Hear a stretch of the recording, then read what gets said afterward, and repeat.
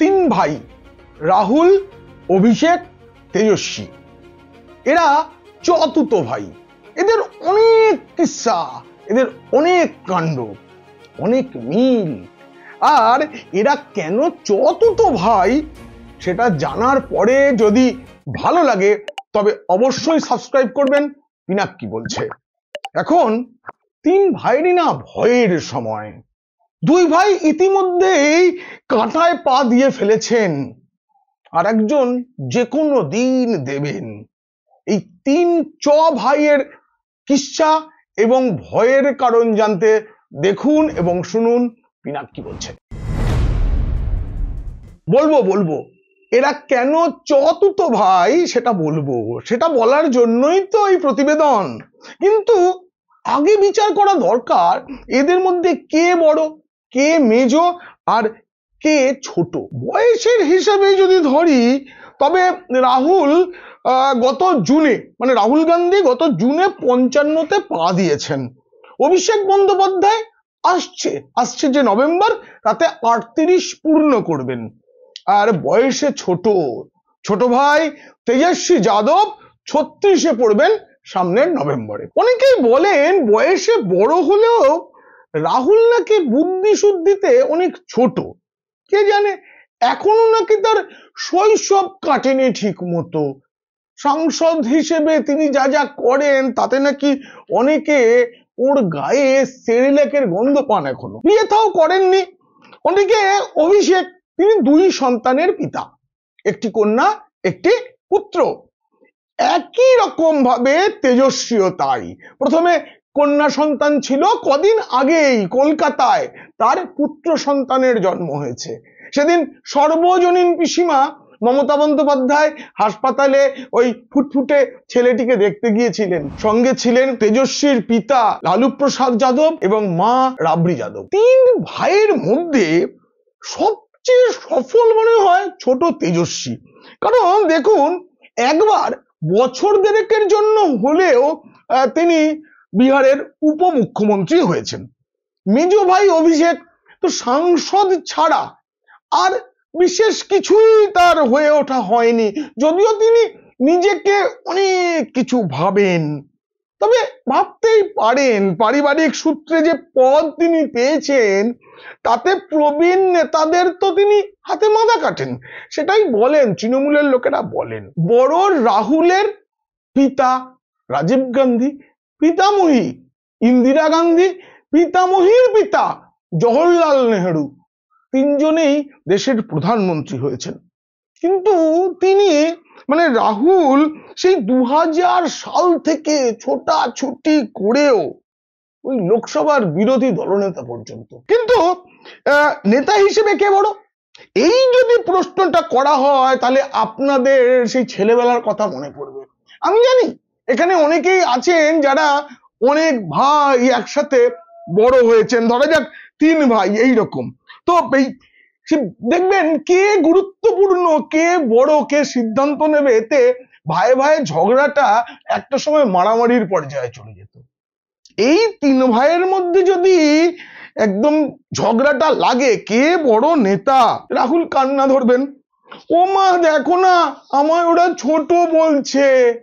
সঙ্গে সঙ্গে রাহুল সোনিয়া গান্ধীর আঁচলের তলায় চলে যাবেন, আর সেটা ধরতে ধরতেই অভিষেক হয়তো কান্না ধরবে, ও পিসিমণি দেখো না ওরা আমাদের নেতা নেতা খেলায় আমাকে ওরা নিচ্ছে না।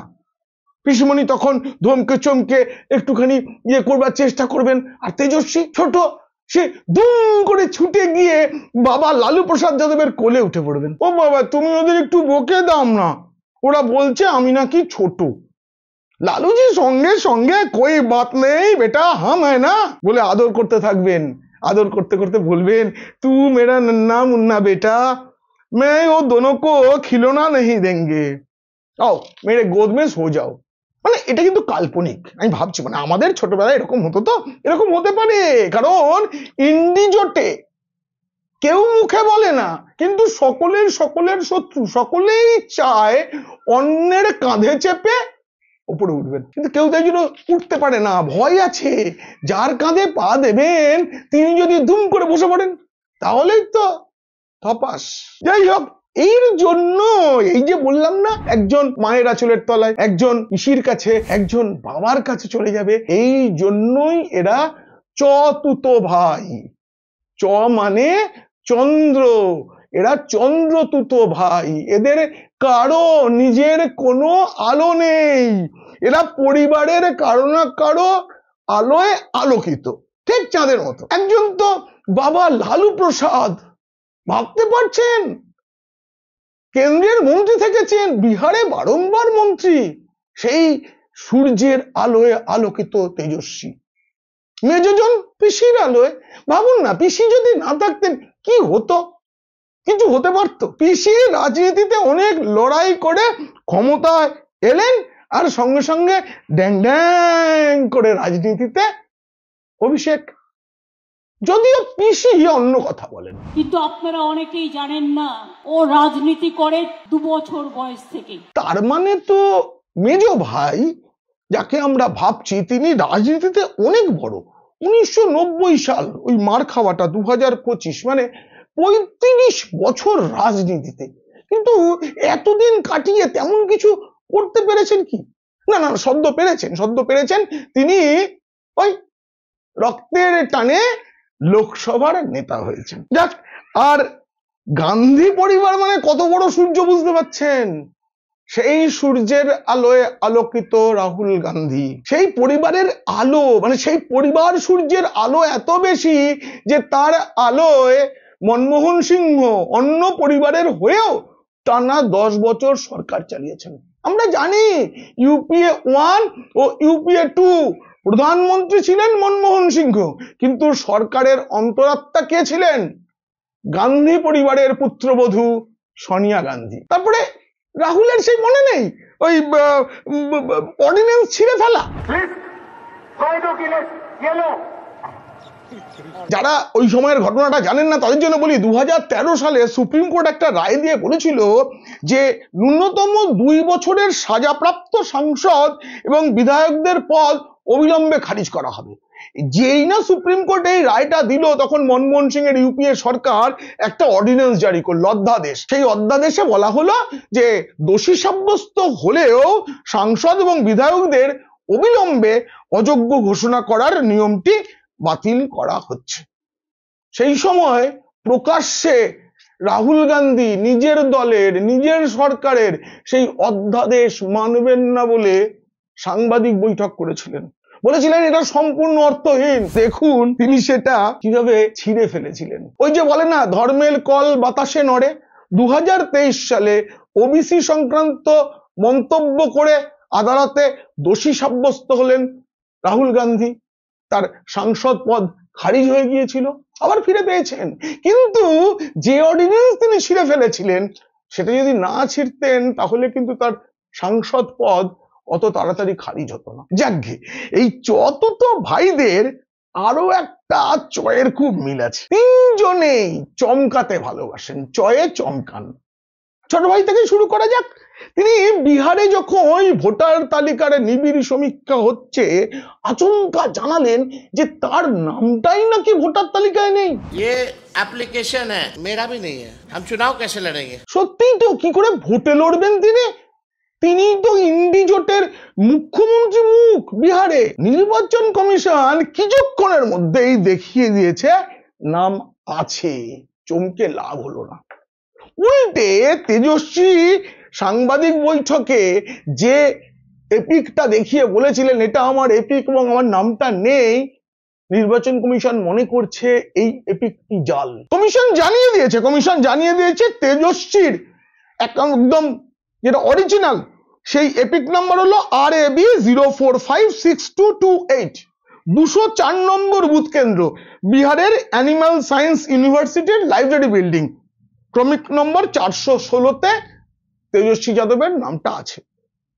কমিশন তেজস্বীকে নোটিশ পাঠিয়েছে, সঙ্গে নিয়ে যেতে বলেছে সাংবাদিক বৈঠকে দেখানো ওই জাল ভোটার কার্ডটি। নাও ঠেলা, ভুলভাল চমকাতে গিয়ে বিপদ। কি বিপদ বলুন? বিহারের উপমুখ্যমন্ত্রী বিজেপির বিজয় কুমার সিনহা, তারও 2টো বিধানসভায় 2টো ভোটার আইডি কার্ড। কি করে থাকে জানি না, তাকেও নির্বাচন কমিশন নোটিশ পাঠিয়েছে। বিজেপি বলে ছাড় পায়নি। কমিশন সত্যি এই ব্যাপারে ঠিকঠাক। এবার মেজো ভাই শ্রীযুক্ত বাবু অভিষেক বন্দ্যোপাধ্যায়। দুটো লোকের নাম বাদ দিক না, 2 কোটি কি, দুটো লোকের নাম বাদ দিক, ক্ষমতা থাকে কত ধানে কত চাল বুঝিয়ে দেবো। আচ্ছা, এই যে অভিষেক চমকালেন, কিসের উপরে চমকালেন? বিহারের এই যে ভোটার তালিকার নিবিড় সমীক্ষা হলো, তার উপরে নির্ভর করেই তিনি বললেন কত ধানে কত চাল দেখিয়ে দেবেন।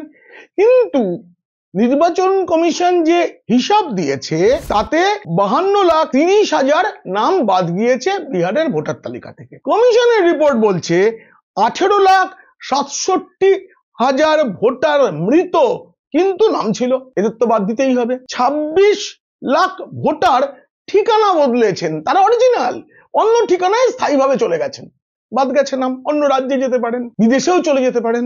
7.5 লাখের নাম একাধিক জায়গায় ছিল, এটা তো হয় না, একটা জায়গায় তো বাদ যাবেই। আর 11.5 লাখ ভোটারের কোনো খোঁজ পাওয়া যায়নি। এই তো এদের তো বাদ দিতে হবে।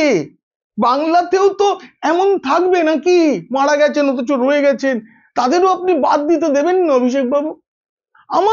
আমার পরিবারে ইদানিং কালের মধ্যে 2 জনের মৃত্যু হয়েছে, বাদ দেব তো, কমিশনের লোক এলে তাদেরকে বলবো তো এই 2টো নাম বাদ দিতে হবে, ডেথ সার্টিফিকেট সহ দেব। তাহলে তো আর আপনার এই 2টো হয়ে গেল, কত ধানে কত চাল তো দেখানো হবে না। যাক, এবার বড়দা, তিনি তো আবার সাংবাদিক বৈঠক করে বিশাল ফিরিস্তি দিয়েছেন, সেই বড় স্ক্রিন টাঙিয়ে সে এদিক থেকে ওদিক যাচ্ছেন, কর্ডলেস মাইক, অনেক প্রমাণ দিয়েছেন তিনি। নির্বাচন কমিশনকে চতুর্থ বড় ভাই চমকেছেন। एविडेंस है, ये क्रिमिनल एविडेंस है और इलेक्शन कमीशन देश में पूरे एविडेंस को डिस्ट्रॉय करने की सोच रहा है। ব্যাস, যাবেন কোথায়? তিনিও কাটায় পা দিলেন। জাতীয় নির্বাচন কমিশন রাহুলকে হুঁশিয়ারি দিয়ে একটি চিঠি পাঠিয়েছে, তাতে বলা হয়েছে কমিশনের তরফে যে রাহুল গান্ধী হয় আইনি ঘোষণাপত্র মানে হলফনামার মাধ্যমে নিজের অভিযোগ তিনি পেশ করবেন, অথবা ভিত্তিহীন অভিযোগ করার কথা স্বীকার করে প্রকাশ্যে ক্ষমা চেয়ে নেবেন। সাংবিধানিক প্রতিষ্ঠান নির্বাচন কমিশন, রাহুল সেই প্রতিষ্ঠানকে অসম্মান করতে চাইছেন বলেই কমিশনের তরফে অভিযোগ তোলা হয়েছে। ফলে ক্ষমা না চাইলে মামলায় ফাঁসবেন বড় ভাই। যে বিপদ ডেকে আনা না, এই 3 চতুর্থ ভাইয়ের না আরো অনেক মিল আছে, এদের বিরুদ্ধে অনেক মামলা, অনেক অভিযোগ, সিবিআই, ইডি, এদের এত ডাকাডাকি করে যে যাতায়াত লেগেই থাকে, আপনারা জানেন। আবার এদের পরিবারের, সকলের পরিবারের কেউ না কেউ জাতিকে হাসির খোরাক জুগিয়ে যান। অভিষেকের পিসিমণি তো 1,500 কেজির শিশু থেকে ওই রবীন্দ্রনাথের কবিতার গুষ্টি তুষ্টি করে হাসিয়ে মেরে দেন আমাদের। সত্যি করে তিনি লোক হাসানোর মন্ত্র জানেন। মধুকৈটব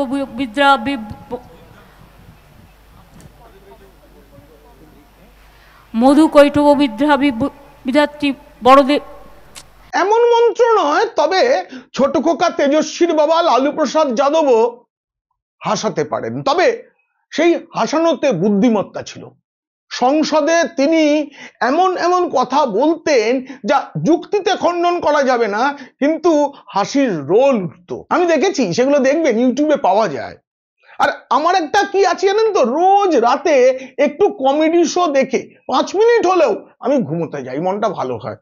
কপিল শর্মা আমার ফেভারিট, তবে গ্রেট ইন্ডিয়া রাহুল গান্ধী শোয়ের কোনো জবাব হবে না। इस साइड से आलू घुसेगा, उस साइड से सोना निकलेगा, इस साइड से आलू डालो, उस साइड से सोना निकालो। আমি তো মনে করি তিনি শুধু গান্ধী পরিবারের নয়, এই দেশের সোনার ছেলে। প্রধানমন্ত্রী হলে বুঝতে পারছেন, আলু ঢোকাবেন সোনা পাবেন, আলু ঢোকাবেন सोना। जो भी युवा इस झंडे की रक्षा करना चाहता है उसे हम 6 महीने की ट्रेनिंग देंगे और 4 साल बाद उसे लात मार के भगा देंगे। कांग्रेस কর্মীদের জন্য না কষ্ট হয় জানেন, এই যে কি বললেন শুনলেন তো, লাত মার কে ভাগা দেंगे। লোকসভায় একবার হঠাৎ করে উঠে গিয়ে প্রধানমন্ত্রী নরেন্দ্র মোদীকে তিনি জড়িয়ে ধরেছিলেন। মোদী কিছু বুঝতে পারার আগে তিনি জড়িয়ে ধরে আবার চলে এলেন। প্রধান বিরোধী রাজনৈতিক দলের সর্বোচ্চ উচ্চ নেতার আচরণ যদি এমন ছেলে মানুষই হয়, তা সত্যি দেশের জন্য অতি দুর্ভাগ্যের। রাহুলজি, আপনাকে বলছি, আপনি ঠিক কে বলুন তো? आपके लिए मैं पप्पू हूं। আপনি পাপ্পু? ও আচ্ছা আচ্ছা, যিনি নিজেই নিজেকে রাজনীতিক হিসেবে যথেষ্ট গুরুত্ব দেন না, দেশের মানুষ তবে তাকে সেই গুরুত্ব কেন দেবে বলুন তো? তাকে ভরসা করবে কেন? অথচ যা শোনা যাচ্ছে তাতে তো আবার এই তিন ভাই জোট বাঁধতে চলেছেন। কদিন আগেই বড় ভাই আর মেজো ভাই একসাথে দেখা করেছেন। আমি জানি না, মেজো ভাই কেমন একটা কাচুমাচু মুখ করেছিলেন, অপরাধীর মতো করে দাঁড়িয়েছিলেন, কেন জানি না। আসলে রাজ পরিবারের সামনে তো উনি বাংলার, কিন্তু দেশের রাজ পরিবার গান্ধী পরিবার। একসঙ্গে নৈশভোজও নাকি করেছেন বড় খোকা এবং মেজু। শোনা যাচ্ছে তিন ভাইকে খুব তাড়াতাড়ি এক মঞ্চে দেখা যাবে। 1 সেপ্টেম্বর পাটনায় একটা সভা হওয়ার কথা। তিন চ ভাই সেখানে কতটা চয়ে চিৎকার করবেন দেখা যাক। আপনারা ময়ে মন্তব্য করুন কেমন লাগলো জানিয়ে। আর যদি ভালো লাগে তবে বন্ধুদের শেয়ার করবেন, খারাপ লাগলে শত্রুদের। আর নিজেরা মজায় থাকবেন, ভালো থাকবেন।